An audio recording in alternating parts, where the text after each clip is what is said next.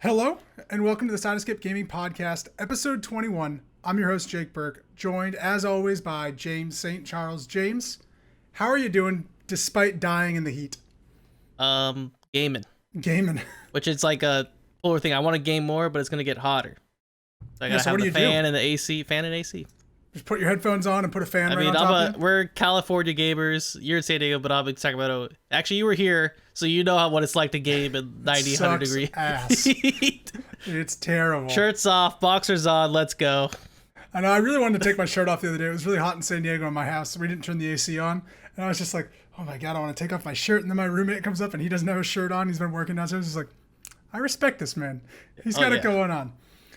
Because this is the Sidescape Gaming Podcast, episode 21, because we did break 20, which is pretty freaking cool. Every Monday morning, a new episode goes live on youtube.com and now SoundCloud and Spotify. Once a week, we sit down and Skype across 500 miles and talk about the latest video game news, like, I didn't change this part in the doc, James, so I got to go back. Oh, no, I didn't see it. The March NPD numbers of 2020, which are pretty crazy. And this week's main topic, like games to play in quarantine, because there's not a lot of gaming news or new games coming out. And at the end of every episode, we slowly build the Sidescape top 20 best games of all time list by adding one game at a time. It is James St. Charles' turn. We are getting dangerously close to the end of that list. But we always start first with James. What have you been playing? I have been playing. Great improv, by the way. Oh, thank you. Yeah. It's almost like I did it in college. Minecraft. Which we always talk about it, but very we haven't new really game. Very new sat game. down and played. Yep, right, fresh off the press of this. Yeah, I'm glad we have you on the coverage of this new game. Yeah, so I'll explain it. Basically, one of our friends, Gutter, avid viewer of the show, has a server 24/7, run 24/7, so pretty good. And we decided just like, let's just play on it. And so we started on it, and no one was doing anything. And then I was like, all right, let me build the farm. And then now everyone's building a farm. And then now everyone wants to build a house. So it's like, it's growing. We had 4 people on the server, no lag. It's been great. And we're all running shaders, which is an interesting thing. Recently with so there was a recent thing for Minecraft. They had a Windows 10 update. They're trying to push everyone to the Windows 10 version, which is okay because you got to move away from Java. Java is too old. So the Windows 10 version has RTX now, ray tracing. And that's like the big, ray tracing is the thing. It's going to be on the consoles. It's going to be on everything. And so they added that. But if you don't have a, NVIDIA card that does it, you can't do it. So you can do shaders, which is like ray tracing. It's called linear tracing, and it makes the water look realistic. It just makes Minecraft look a ton better. So you get the shaders, and then you get this thing called the Faithful Texture Pack. It's like the best, probably number 1 texture pack for Minecraft, because it looks like OG Minecraft, but everything's HD. It's just everything's like nice and not blurry. So we're playing Minecraft with, new age tech, but it's still keeping the original feel of it, and I think it's great. It's just great seeing all the reflections and the sunlight coming down and the water and the rain. I sent some pictures in our group chat. It is remarkable. So we're all doing that. We all have the shaders on it. Very cool. 24/7. But That's it's awesome. It's a fun thing we wanted. Just 24/7 because anyone can go on at any time. Versus how it old way was you had a host server, and then if you got off, then it's dead. Yeah. That's how the old style was. Very this way it runs 24/7, and it goes in sleep mode too. So if no one is on the server, it just kind of is like shut off. It just wakes up. And you were saying Minecraft is free for anybody that has Windows 10? I believe so. I gotta check it out because I was looking it up. Yeah. And from what I could tell, it should be tied in with your Windows 10 license. Okay. That being said, you might not have access to the Java version. I was like checking with people because you might not have an account. We're on Java, so I gotta check. So that's what I was like, it doesn't make sense to buy Minecraft now. Yeah, right. I believe it is free for Windows 10. I bought Minecraft on like 45 different consoles, so I don't think I need to buy it on PC as well. Well, do you have an account? Did it ever require you an account, or is it just gamer tag? No, it's just my gamer tag on PlayStation with my PSN. So you don't have like a Mojang account? No, I didn't know they had that. Yeah. Huh. Well, we can find out. All right, what else have you been playing? Fallout 76. I'm addicted. Really? I have like 100+ hours in it. No shit. It's disgusting. I put in at least like 5-6 hours a day. Oh my God. It's good. Is it that good? It's good. It's got a great storyline quest system. It reminds me of like old Fallout 3, Fallout 4. Okay. And then it's huge. So like you just explore a lot. And right now I reached my max stash, which is pretty generous, but I reached the max amount I can carry. So now I just started buy building. more with real money? Yeah. It's a pay to win thing. You can buy more space. Yep. But most of the stuff, like, you get atoms as you play. Okay. So I have like a lot of atoms built up to buy stuff. So I bought like some weapon repair kits, because that's like the only thing you can't do is craft weapon repair kits, because they break over time. Are atoms like the in-game currency that you can buy with real money? Okay. Yeah, but you don't. It's not like usually the old microtransaction system for a lot of games is like you're gate kept from the currency. You have to actually buy the currency to use it. This one, it gives it to you if you do quests. So you're not. You can do this entirely. Just pay $40 for the base game and that's it, and you'll never reach like mass. Most of it is cosmetic, which is great. Okay. Except for the repair kit thing, which is dumb. But I have like 30 repair kits, and I'm always getting better guns. So. And then, so right now I'm just building my base out, which is pretty good. It's a pretty robust system for building it out. Are you playing by yourself or solo? I'm doing solo, but when I'm playing this game, it's so hard not to have people on your server. Like, I don't know how people are doing private servers by themselves, because so many times I'm running out of like, okay, I need stim packs, I need ammo. Everything's really like less than most Fallout games where you just have a bunch of stuff. So I have to go. You can have player stores, so I can go to a player store, like. Fast travel to it. Yeah. You pay caps as you fast travel. That's a little cut you. And then you can go and buy, and it's usually the player stores are cheaper than the regular NPC stores. So you go there and I can go buy stim packs, or I can go buy ammo, and it's really great. So now I'm doing that. Now I'm gonna make my own store, sell some items. You can sell like apparel, cosmetic stuff, plans to build stuff, legendary weapons. So it's pretty robust. That's and you go and visit people's homes, and then they're all nice. Yeah. They'll like usually they're there at their store. And some guy, like, usually if I buy something for them, they'll like give me extra stuff. So it's like, I don't understand how you can play this solo, like how they have the private worlds. You need people to interact with. And I've never even had like a player killer at all. Does the player have to be online for you to like go to their shop, or can they basically run it? Okay. They have to be in the server. Okay. So if they leave the server, their shop goes with them. Okay. Yeah, it doesn't run like, so if someone could just be in the server AFK and then just have their shop running. But yeah, cool. You get a cut. You get 90% of whatever you sell at your store, and then 10% goes to the ether. Of course. It's like that's. It's just what it says. It's just like real 10%. It's like, where does it go? The government it goes to like it's some tax that they have. Server upkeep, you know how to. Yeah, of course. Or bottle cap. Yeah. They use the in-game currency to keep their servers online. Yeah, but it's fun. And the story quests I've had are pretty fun. There's little random NPC events. Oh, I had one really great thing last night that happened. Okay. So I was like in the middle of a road, and there's this table and a box and a note.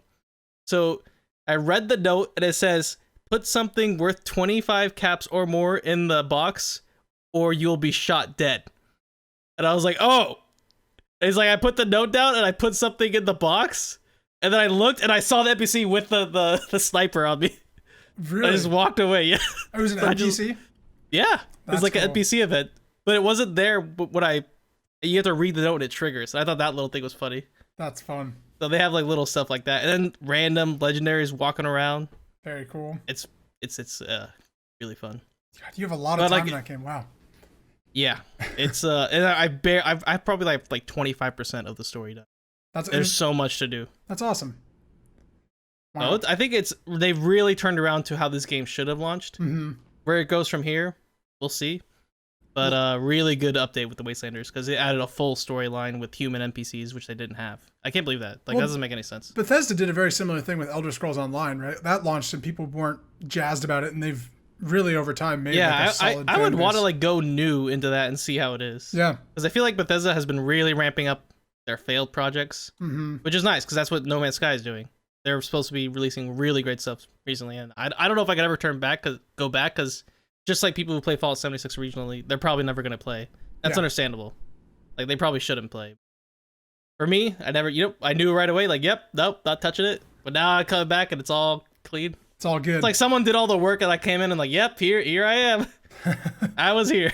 That's awesome. So I've been having fun with that. Nice. How about you? Okay, so what I've been playing a lot of this little game we didn't talk about it a lot last week, Final Fantasy VII. Never heard of it. I've been playing the remake. I've been playing the original. I'm addicted. I love my boy Cloud Strife. At the same time? At the same time. Yeah, I got one on the Switch, one on the TV, using my toes. You could do that. Turn Yeah, turn. Yeah. So I want to talk really briefly about hard mode because I'm doing a hard mode playthrough on Final Fantasy VII. And saying I'm doing a playthrough is really generous because that game is fucking insane on hard difficulty. I seen the hard mode. It's brutal. It's not hard. It's like extreme. It's insane. It's such. I realized how bad Nightmare. I am at the game going into hard mode now. We're like, oh my god. So I have not beat the first boss yet on hard mode, and be it I only played for like an hour. But is it the crab walker? Yeah. Oh, crab walker. Because you can't use revives at Yep. all. You There's can items. use cures though, right? Yeah, so you can use heal magic. But like I was reading basically a bunch of like tips of like how to survive hard mode, and it's so many different uses of like materia that you didn't use in the main game. Like I never use like the chakra material where you heal yourself like as an ability, but like that becomes a staple one because you need to like not use your magic because your MP doesn't reset when you get to a bench. Only your health does. So it's like your magic doesn't come back, and it's just like super limiting. But it's fun. So I want to do a hard playthrough, but it's going to take me my whole life probably because it's very difficult. It forces you into a particular playstyle, which is I heard people are complaining about because it's making everyone basically heal because you can't use items. That wasn't a thing in the original game, but it is making it hard. I almost wish that I still could use items and the difficulty was ramped up more because like I just feel like you're cutting because you'll still find items in chests and it's like you found two potions. Why can't you? Because items basically work like abilities in the sense that they use up the exact same points. Like it's basically like taking a turn. Yeah, it's really weird. And it's just it corners every single person into doing this one thing, like cure, or Curaga, you know. Yeah, it's just kind of weird. To heal everyone. So, but that's okay. I want to get the platinum. I really love that game. The combat's still great. The cutscenes are awesome. So, and yeah, everything we said about it yesterday or last week, not yesterday. But then I started playing the original Final Fantasy VII on the Switch, which they have their remake port or the remastered port. How's it look? Oh my god, it's hilarious. It is so funny to go watch the opening scene of remake to the opening scene of like the original 1997 edition, and just like the huge blocky figures and like how you walk around as Cloud. Yeah. And like Barrett like hops into Cloud, and then like you travel as a team as just Cloud. Isn't it impressive though? Like how they made that game? PlayStation 1. I think so. Yeah. 3 discs. Yeah, it's like crazy. Damn, it's a. I really like the combat, like turn-based kind of OG kind of JRPG style, which is fun.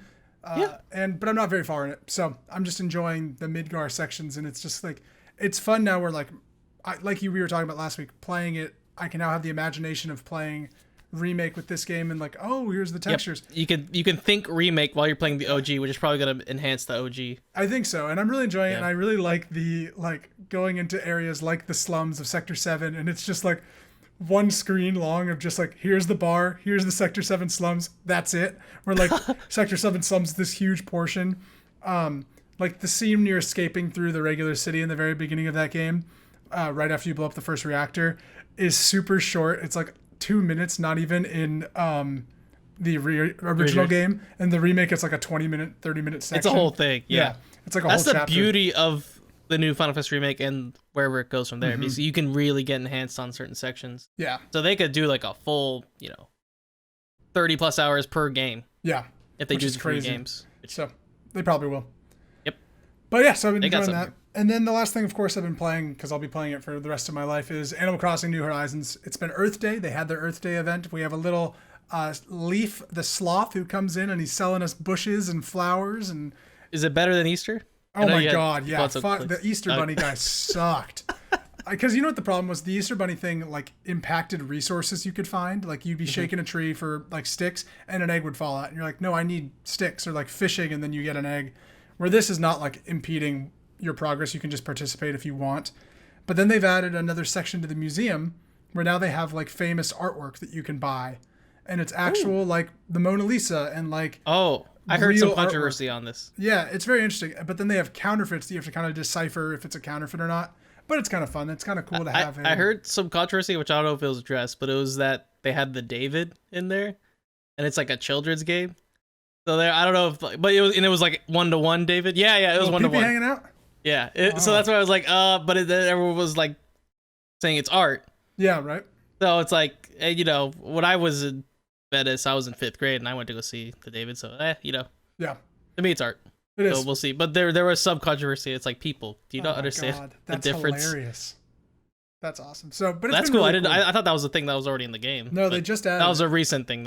Yeah, Yeah, just added it like a few days ago. So it's kind of That's cool. so great that you can do these events with updates and. That's a big update, like adding a whole new section to the museum. So it's like if we're gonna get more content drops like that, especially with how well this game is sold, like they are not gonna stop supporting this game for a while. Are those free updates too? Yep, completely free.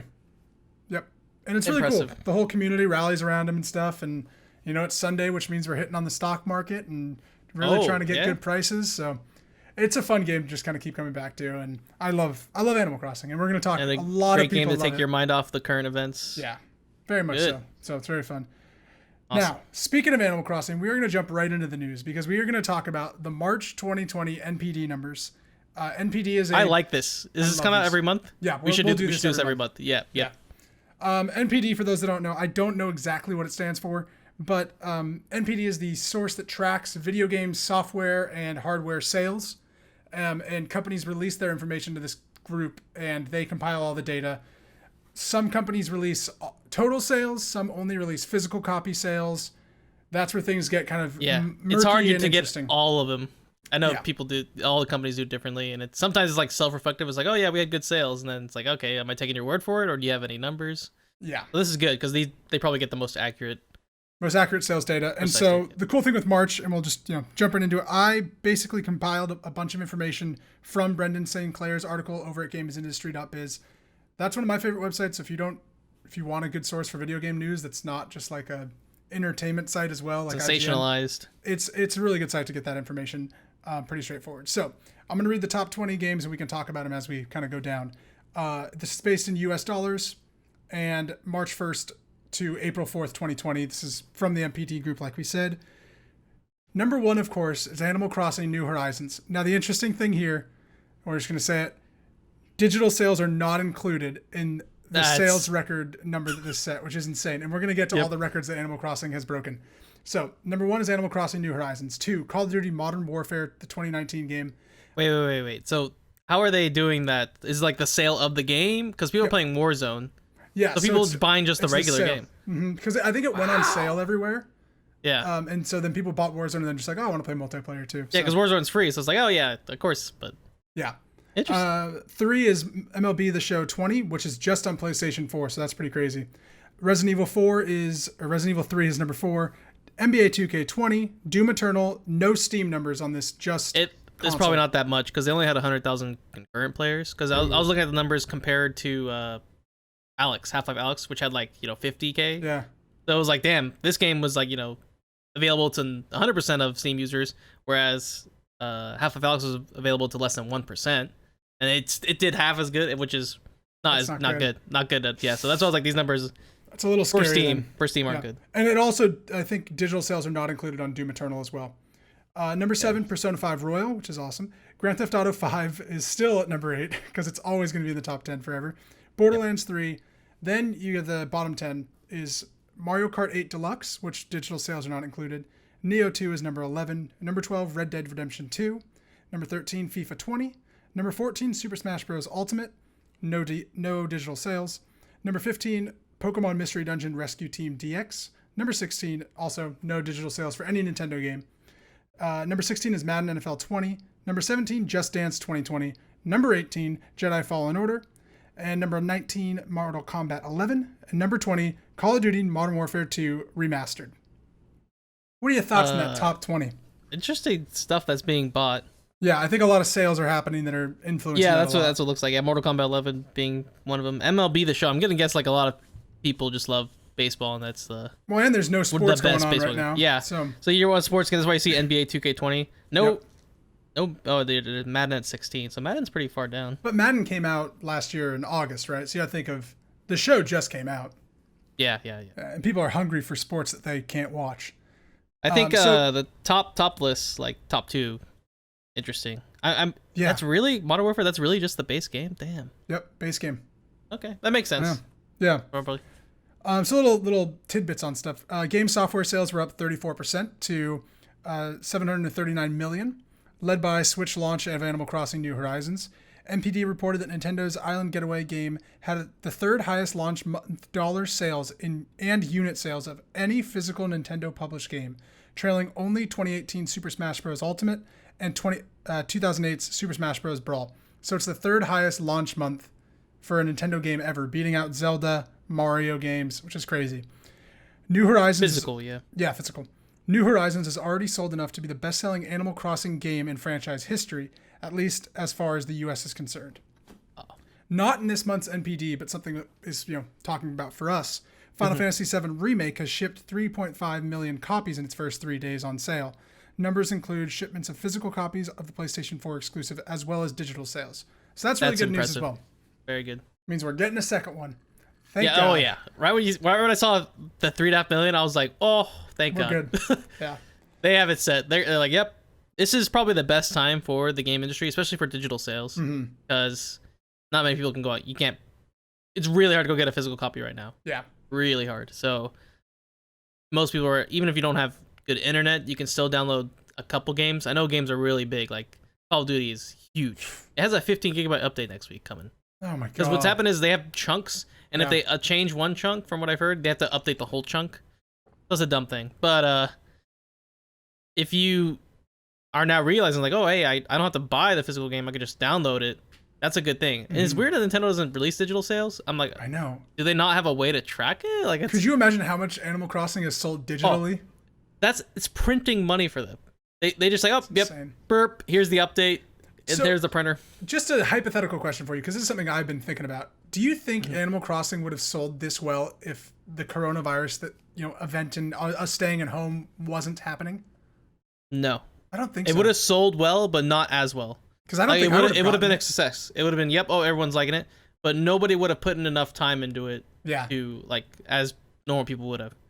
That being said, like people were probably dusting off their Switches. Not to say like nobody's like not playing, but people were probably like, oh yeah, I haven't played my Switch since Breath of the Wild or Smash. Yeah, I only play for party games or something. And so now it's like people are like picking them up, and then that's why immediately all the Switches like were getting bought up, and then now the price is sky high, and then it's hard to get one. Good luck. So now it's probably stagnated. Everyone who has a Switch who wants Animal Crossing has it probably.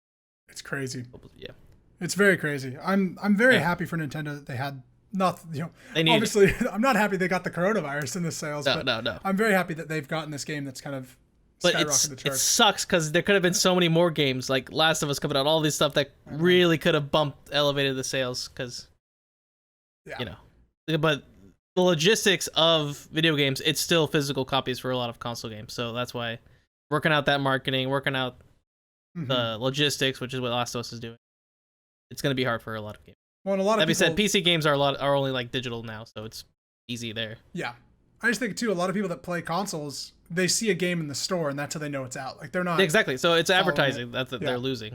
Yeah. Because, and that being said, like not many people are probably I don't watch too much TV, and that's another thing. Advertisements in stores or visiting sites, that's a big thing. And it's like, oh, go buy now, physical, but now you can do digital.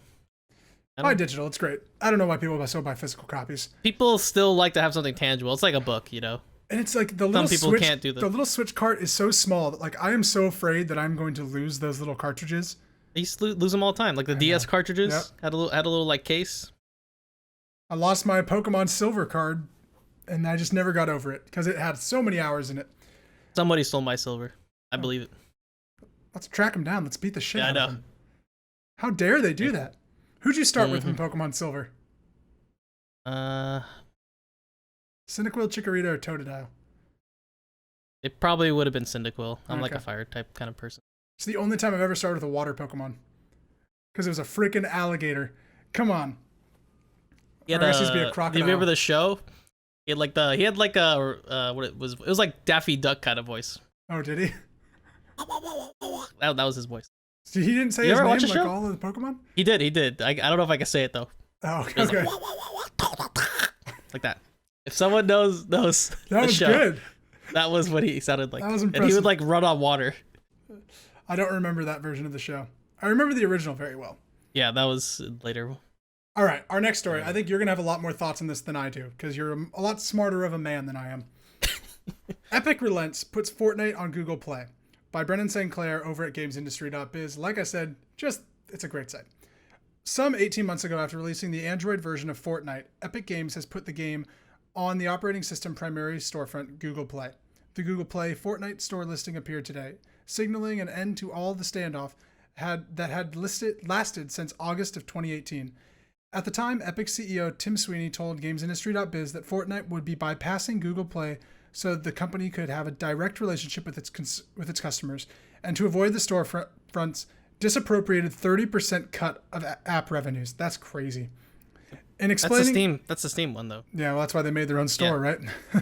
That's a standard cut, sadly. Wow. In explaining what finally prompted the Google Play debut of Fortnite, Epic told Polygon today that it had come to a basic realization after running the Android version of Fortnite outside the Google Play Store for 18 months. Google put software downloadable outside of Google Play at a disadvantage, the company said, through technical and business measures such as a scary, repetitive security pop-ups for downloaded and updated software, restrictive manufacturer and carrier agreements and dealings, Google public relations characterizing third-party software sources as malware, and an effort such as the Google Play Protect to outright block software obtained outside the Google Play Store. It's a lot of technical words. For players perfectly happy with the previous arrangement of Fortnite on Android, Epic will continue to support that version of the game as well. We hope that Google will revise its policies and business dealings in the near future so that all developers are free to reach and engage in commerce with customers on Android and in the Play Store through open services, including payment services, that can compete on a level playing field, the company said. James, what are your thoughts about Epic caving to Google? So Google owns the entirety of, Android and that structure and that platform. So they have full control. Unlike Steam, where it's just like a program on your PC. It's not like Microsoft owns Steam, which that would be like, that'd be the full loop. But this is that case. So can I ask a question? Yes, sir. Okay, because this is how I thought it was. I thought Google owned Android. That's what I said. Okay, they do. So there's an Android store as well as a Google store? Google Play Store is basically the Android store. But there's different stores. So Amazon has their own Android. They run on Android. Google licenses to them, and they have their own store on Android. So you could have your own store. Gotcha. What is their called? Like Kindle store? I don't know. Okay. But yeah, my mom has like one of the Amazon tablets. That's how I know that one. So they have that framework, and then it's the same with China. They use Android for all their phones, and they have their own. They don't have the Google Play Store. They have their own store. Okay. So it's just like that. It'd be like a bunch of different stores on Android. However, in the US, you have like a US phone and a US Android, you're going to have Google Play Store. That's your only store. Okay. But unless you have Amazon. Gotcha. They do their own thing. That's how that works. But so it'd be like if Steam was owned by Microsoft, and then it was like, yeah, you can't have your own program, which you can, because they don't, you're not, but it'd be like that. And it's like, oh, you know what? Your program is malware. We're blocking your program. That's crazy. But that's what Google can do for Android. Any outside apps that you want to download, like, nope, block it. That'd be like if Microsoft did that. Can you imagine that uproar, like banning any third-party software? Right. It's like, nope, only Microsoft products only can be sold through our store, or like only Microsoft you can sell through our. And we take a 30% cut. That's nuts. And that's what Epic is fighting. They're fighting that status quo of going to Steam and taking that 30% cut hit initially, and whereas they're just like buying, hey, we'll pay you this if you exclusively do it on our store. That was the model. So they're trying to carry that over to mobile. That's not how Google plays though. So that's why they're very stubborn. And then it's probably really difficult to have like, kids like, oh yeah, go to this site, download here, play it like this, and then having to deal with Google trying to block everything and having it say, oh, this is a virus. And so that's why they're like, all right, we're just going to cave. And they're probably going to make a lot of money now. Yeah. But they wouldn't have made, if all those places that Google like had in store weren't there, they could have made some more probably. But that's not how Google played, sadly. They're crazy. Full control. So it's a compromise, and I was like, let's just do it. And it's like, we're still gonna make money. But 30% of like a large chunk of money. Yeah, right to Google. That's nuts too. I mean, that's obviously why they made the Epic Store. If that's the cut, they don't agree with the platform. That was, I don't know if that was initial, but over time, that's just how when Google probably bought Android, that's how it happened. Interesting. Yeah, I didn't have a lot of thoughts on it. I thought it was interesting news. It is interesting. Yeah, it's pushing Fortnite more. There's mobile PUBG that already is on. Well, Fortnite I thought was on everything. It blew my mind that Fortnite wasn't on Google Play until this story came up. I was like, oh, it's on. It's probably on Apple Store. Right? Yeah, it definitely is. Yeah. Yeah, so that's why the last phone. That's still the crossplay on that is insane. How it is.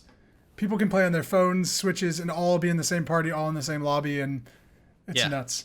It's really cool. Probably there's a huge dynamic versus like when you do Warzone with console and PC. Yeah. It's actually like pretty on par. But yeah, imagine that with like an iPhone connecting to a Switch, connecting to a Xbox One, connecting to a PC. What about people just like have like the controller thing you could have for your phone?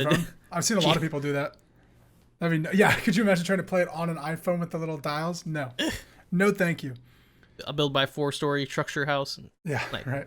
There's a few other, I wrote this little tag in our doc that said no news headlines, because obviously there's not a lot of gaming news right now, but everyone's there probably won't be for, we were talking about this, we're going to be in a dry spell. Yeah, it's going to be very dead. I'm sure. Gears Tactics coming out.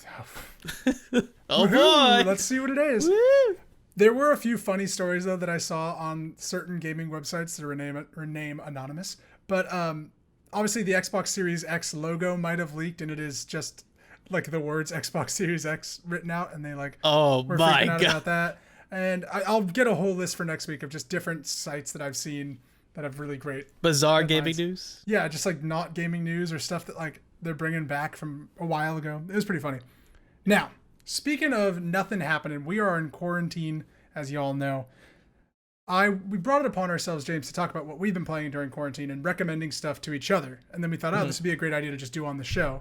So then we reached out to some of our friends or viewers of the show and gathered what they thought as well of great games to play to kind of give people ideas, which is kind of fun. So I want you to start and kind of talk through your list about the games you're recommending people play during quarantine. This list is not like number 1, number 2, number 3. Yeah. It's kind of like this is what you play. So I talk about Witcher 3. It's an amazing game, and then it's one of those games that you don't have to play the series to play. Just like Skyrim, which can also be equally recommended. You can just go in and play Skyrim.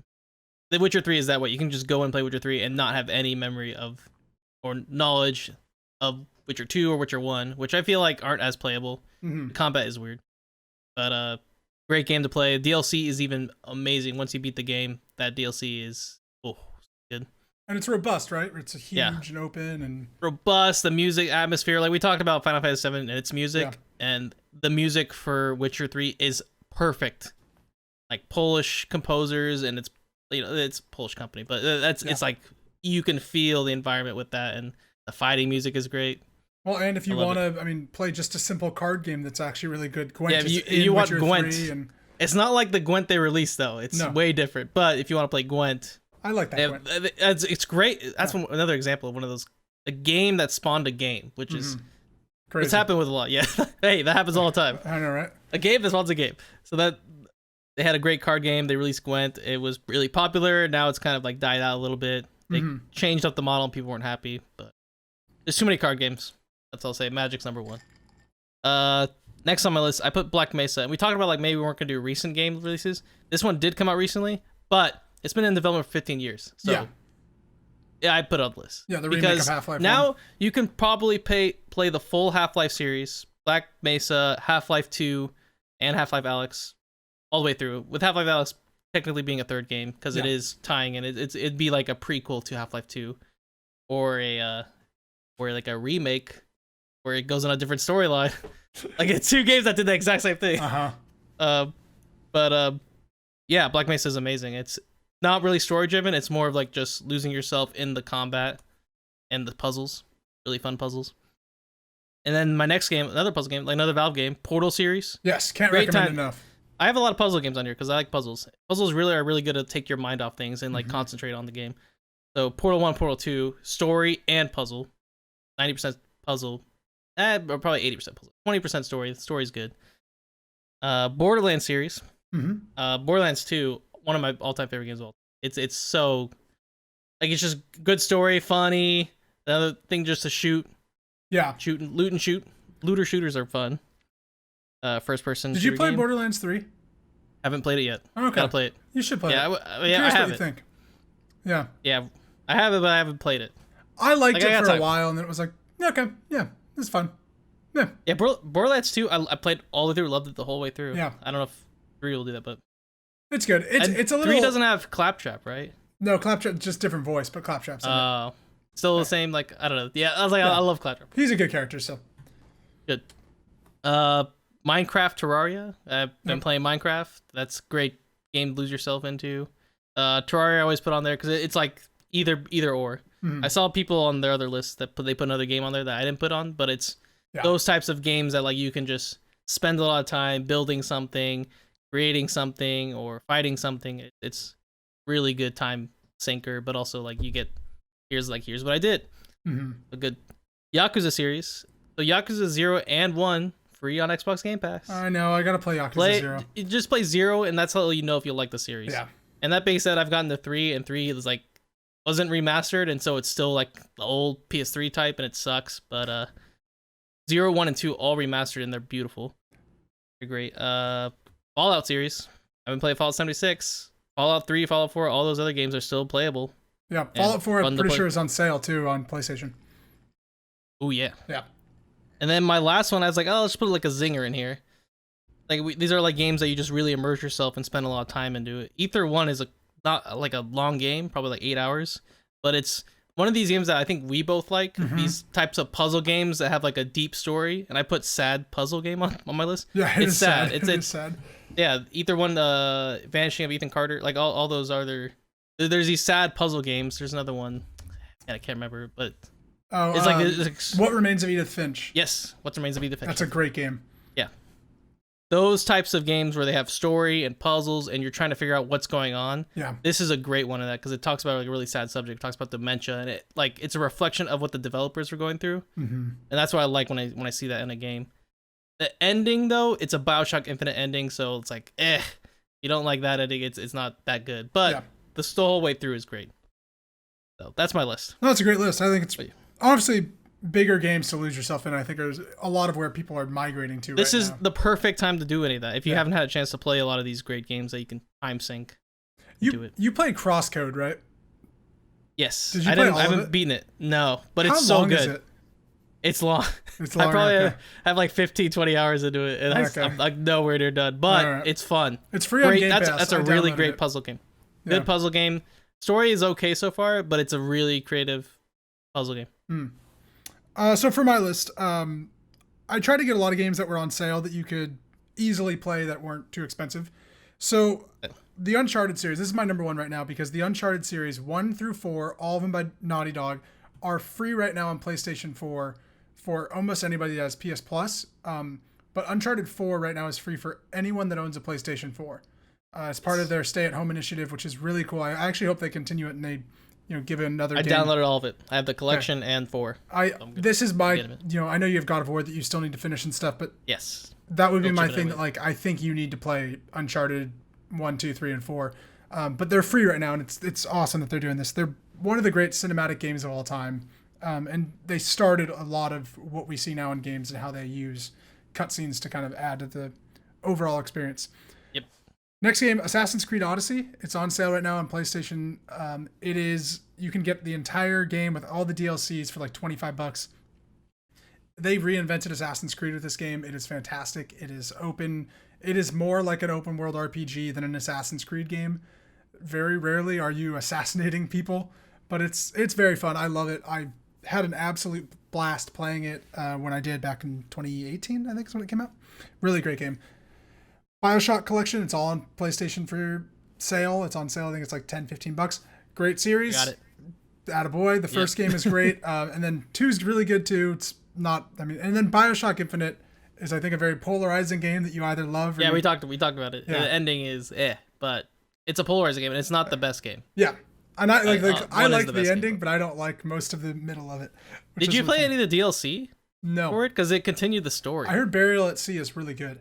Yeah, I was like, people were telling me if you play Burial at Sea, it changes the way you think of BioShock series as a whole. I was like, I really got to play it. Can you play? Because it ties in the whole series. Can you play Burial at Sea without?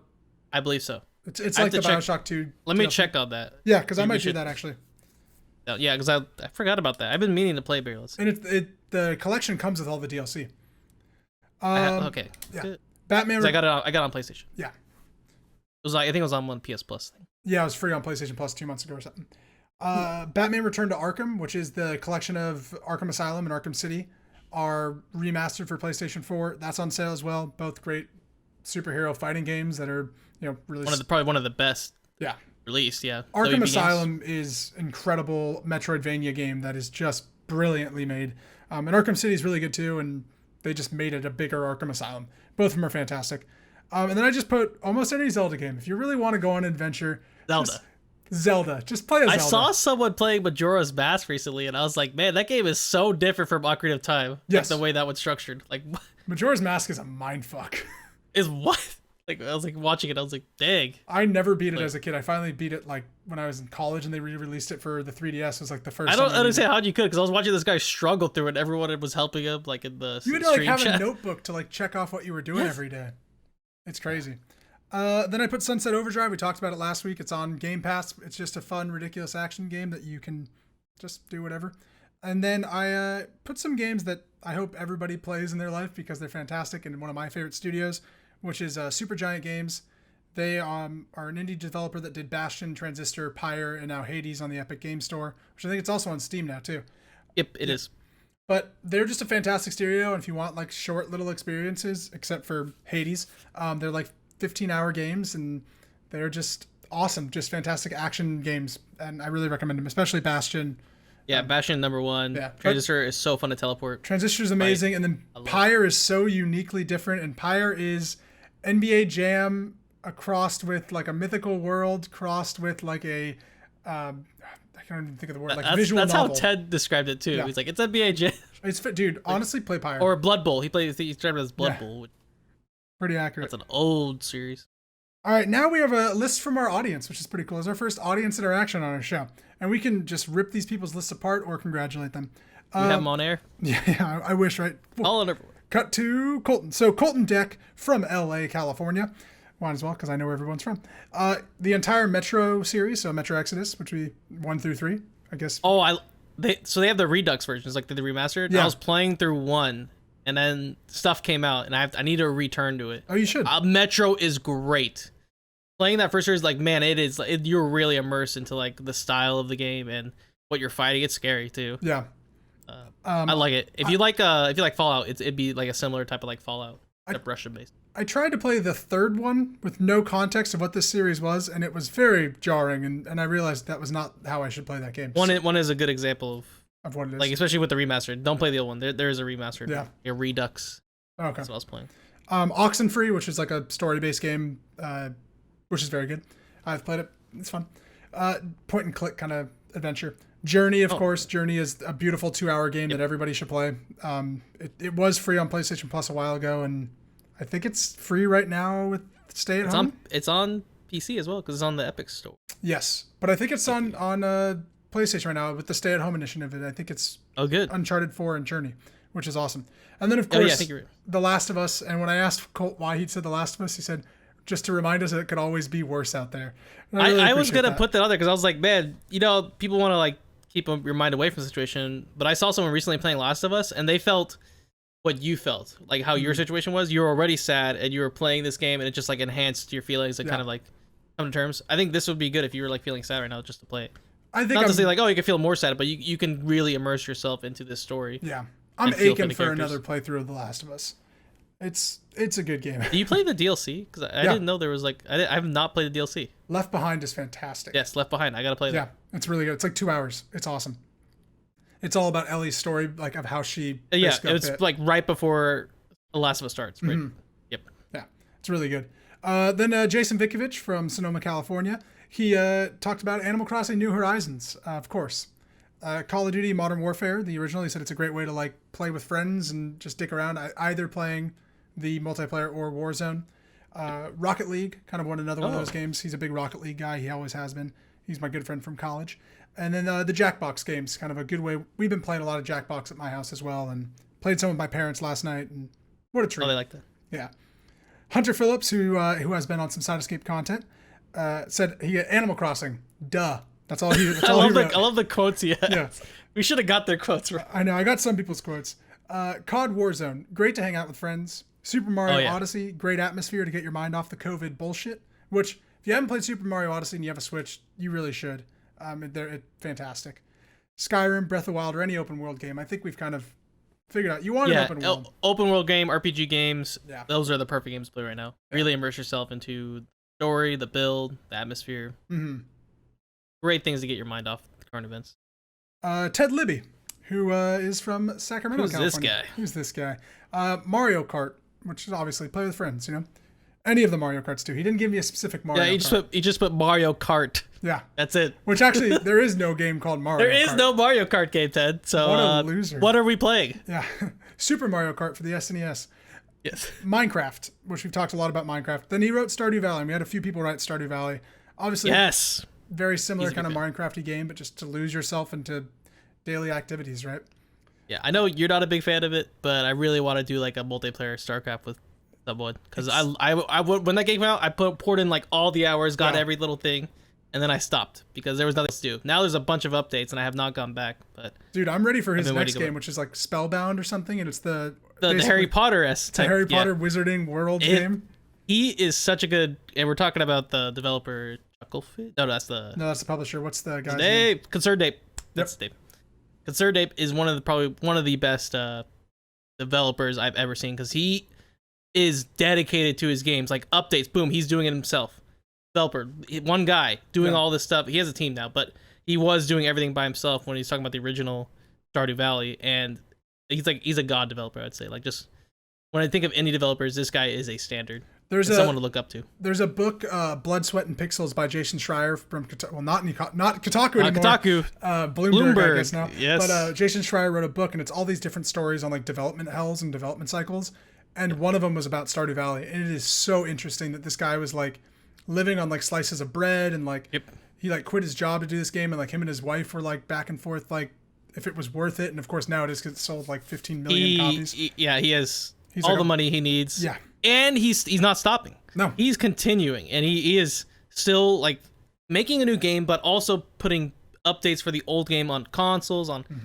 Just someone who is like I look up to, like, damn, this guy works hard. Yeah.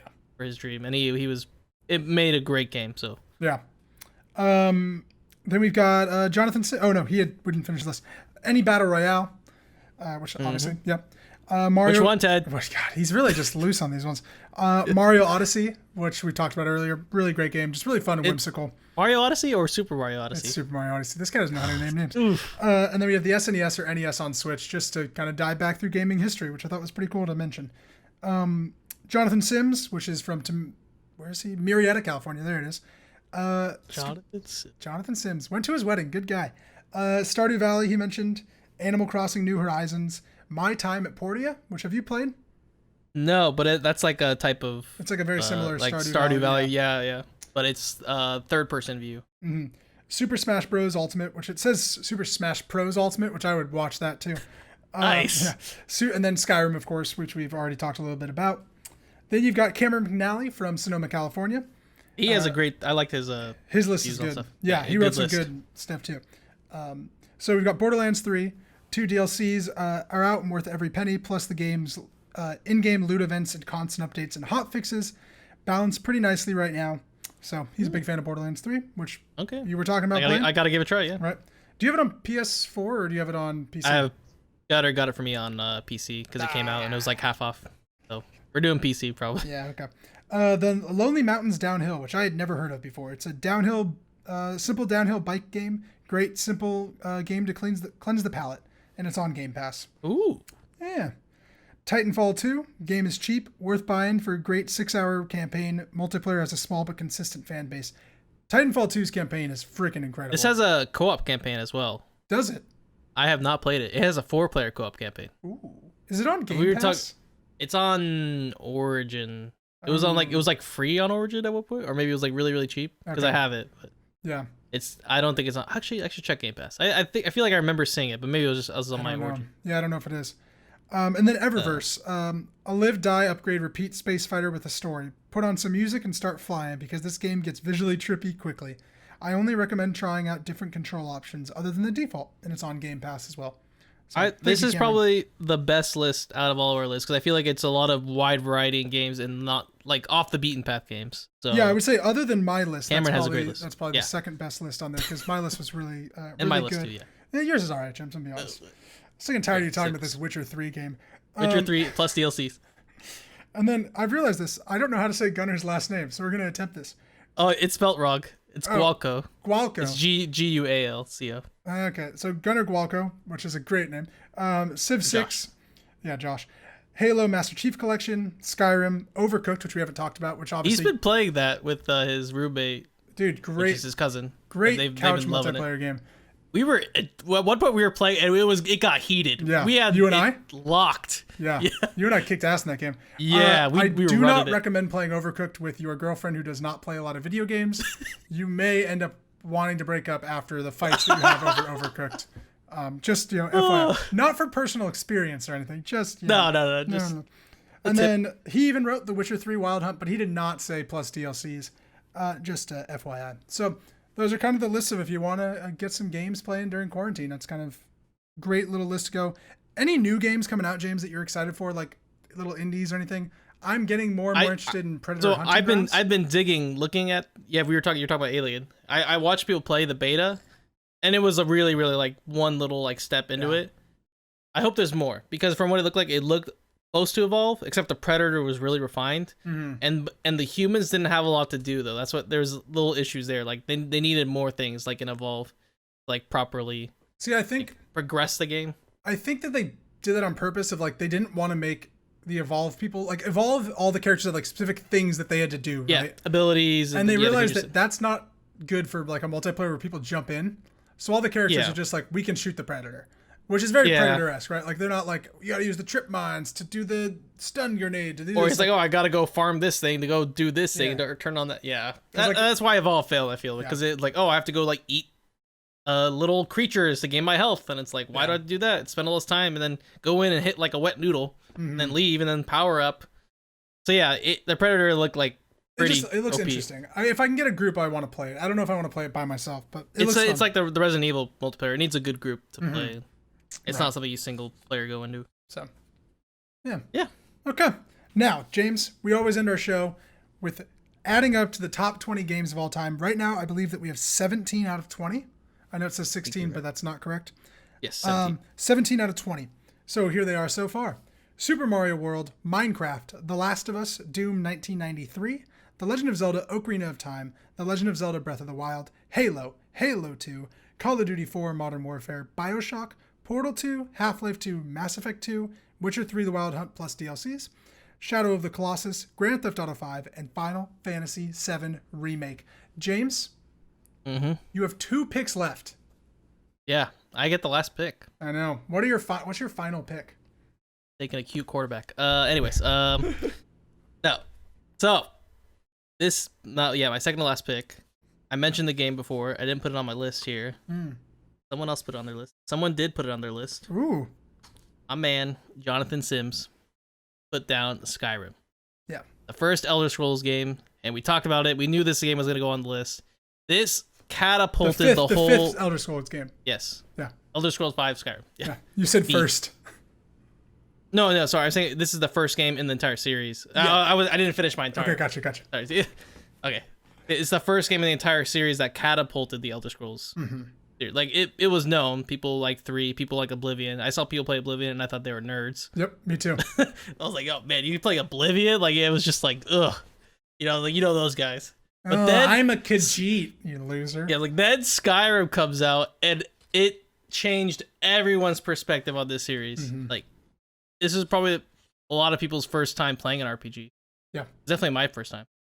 So, coming into this game and then, like, experiencing the potential of Elder Scrolls, wanted people to have more of it, and you had all these different abilities. You could, fight normally with swords. You can cast spells, explore, like do these great quests, barter. Like it's just like a total RPG in its classical form. And Skyrim propelled it, especially with the story and what you're doing and your goal, Dragonborn. Oh, it's fighting dragons. Yeah. The opening sequence is probably the most iconic thing in a lot of our entire gaming history. Like, it's memes about it a lot. Iconic. I think you're very right? Like, we talk about Animal Crossing and this kind of widespread obsession that everyone has with Animal Crossing. That was basically Skyrim in 2011. Yep. Like, it came out my freshman year of college. I didn't even want to get this game. I was fine. And then I lived in a house with 6 guys, or like in a dorm room with 6 guys. All 6 of the guys got Skyrim. And we had like 5 TVs down in the main little like living room, all playing Skyrim, all doing different things. And it was just obsession. And we do like 12-hour benders of Skyrim where you just like drinking light beer and playing Skyrim and just like He's like the Call of Duty bros, and then you go into and you're all playing Skyrim, and it's like it changed the dynamic of Skyrim and RPGs as well, and it approached it to a broader audience. And I've never had a feeling like it in a game where you get out of the like dungeon that you're in, and it's okay. This is the first game where I really felt like, what do you want to do? Like obviously Fallout 3 did a very similar thing, but this was like, oh, you like magic? Go to that magic school all the way up north. Like, you like want to be a swordsman? Probably go to like where the story's pointing you, because like that's where you can learn. Like, I remember I became a werewolf because I was like, this is the coolest thing, and then like really regretted that I became a werewolf because it sucked. Or you really want to join like a dark guild, or like you don't want to like the secret. It's like really like cool things. It's like, oh yeah, you want to do this? Yeah, this is how you do it. It was great because it was a true RPG. Like, do whatever you want, play however you want, and then trickled in with like the main story, which. It's good, but like the side quests like consume you with what you can do. Oh my god, the Dark Brotherhood stuff, the Thieves Guild. I love I've such like Thieves Guild reverence for those. I still remember like the leader of the Stormcloaks. I think that's who they were called. Yes, yeah. Yeah, like Aldrich, or I think was his name, or something like similar like that. And just like that character, he was such a good character, this like betrayed man, just like begrudgingly like leading, and it was such an interesting game that had all these. God, we need another Elder Scrolls so bad. Why is it taking so long? And we're getting there. Get ready for Elder Scrolls 76. It's going to be an open world, always online game. Well, okay, we got Elder Scrolls Online. Okay, so I'm saying it, yeah. But why? I know. Anyways. But no, I'm very excited to see what they do with the next Elder Scrolls, because obviously I think they have a lot of very goodwill with the Elder Scrolls, and Skyrim being, we talked about it in our Game of the Generation podcast. Of like, this is one of those games with, next to Minecraft, of like, which one's more iconic? Which is crazy to say, because for gamers, Skyrim is Skyrim, right? Like, yeah, Skyrim is known. It is that game. Yeah, that it firmly. You could probably like put it in like a 10-year cycle, and you say Skyrim, and it's like, yep, that was the game. I played Skyrim for years after it came out. Which is so unlike and then games. It had a huge modding support community. It had a modding fiasco, but it has a lot of support of like what the game could be, and that existed before. It existed in Morrowind and Oblivion, but it's just another level. And it has great DLCs too. Like, yes, it does have the one bad DLC where you can build a house and that's all you can do. But that's all Bethesda. Bethesda has the same thing in Fallout 4, where it was just like, oh, you just build robots. Yep. Again, like but that DLC where like the vampires get involved, and it's a great DLC. I forget what it's called. It's like Blood of I'm trying to remember. Despair or something. It sounds like a Castlevania title. It had good DLC though. Yeah, it has great DLC. Yeah, because it opened up parts of the maps too, which is a cool thing. Yeah. Same thing in Fallout 4. It did like they had one DLC where like you went to this certain part of the map, and then it just like transformed into a new map. Like, oh, yep, here it is. That kind of stuff is great when you can build on the existing structure of. Yeah. And it's not like something completely new, which is exactly what Witcher does with. So I firmly agree it should be on this list. I think it's a great choice, and I'm excited to see where we come with our last two games. We each get one more pick, James. Yeah, I'm gonna say this now. We're gonna have to refine this list. I think we'll have an episode where we refine it a little bit. Yep. I agree. Thank you so much for watching, James. Thank you so much for joining me again on episode 21, which is just crazy.